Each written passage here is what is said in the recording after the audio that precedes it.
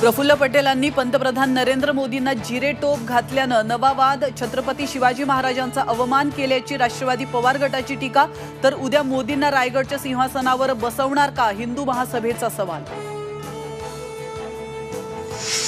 शिवसेना राष्ट्रवादीला नकली म्हणणं हा पंतप्रधानांचा पोरकटपणा, झी24 तासच्या टू द पॉइंट मुलाखतीत शरद पवारांचं नरेंद्र मोदींना प्रत्युत्तर।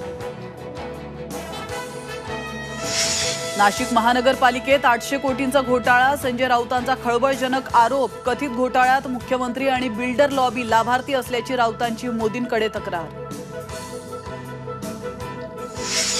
घाटकोपर होर्डिंग दुर्घटनेवरून राजकारण सुरू, भावेश भिंडे आणि शिवसेना ठाकरे पक्षाचे संबंध काय, भिंडेंचा ठाकरेंसोबतचा फोटो टाकत राम कदमांचा सवाल, तर दुर्घटनेला शिंदे आणि भाजप जबाबदार, राऊतांचा आरोप। रवींद्र धंगेकरांना आंदोलन करणं पडलं महागात, पुण्यामध्ये गुन्हा दाखल, आचारसंहितेचा भंग केल्याचा ठपका। मनोज जरांगेंचा पुन्हा एकदा उपोषणाचा इशारा, सगळे सोयरे मुद्द्यासाठी 4 जूनपासून अंतरवाली सराटीतच करणार उपोषण। शिक्षक पदवीधर मतदारसंघांची निवडणूक पुढे ढकलली, मे महिन्याच्या सुट्टीनंतर होणार निवडणूक, शिक्षक सेनेची मागणी अखेर मान्य।